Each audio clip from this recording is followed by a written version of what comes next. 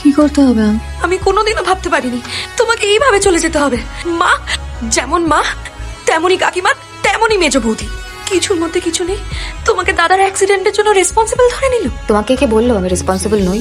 সত্যি তো আমি আবিরকে বলেছি মালিনীর পাস্টের ব্যাপারে। অবশ্যই এমনি এমনি বলিনি। আবির এমন চেপে ধরলো তখন, বললো তোমাকে বলতেই হবে মালিনী পাহাড়ে গিয়ে কাকে দেখেছে। কি করবো, বাধ্য হয়ে বলতে হলো।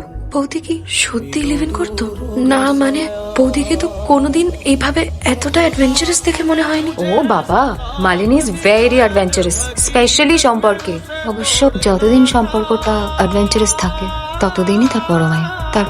তারপর কি বলো? সে যে চমকে বেড়ায় দৃষ্টি আর যায় না তারে বাধা, উধাও হয়ে ধার। তুমি তোমার কথা কেন বলছো? তুমি থরি বৌদির পিছু নিয়েছো। শুধু প্রশ্ন আর প্রশ্ন। এবার তুমি বলো তো, তুমি কাঁদছো কেন? আমি চলে যাচ্ছি বলে?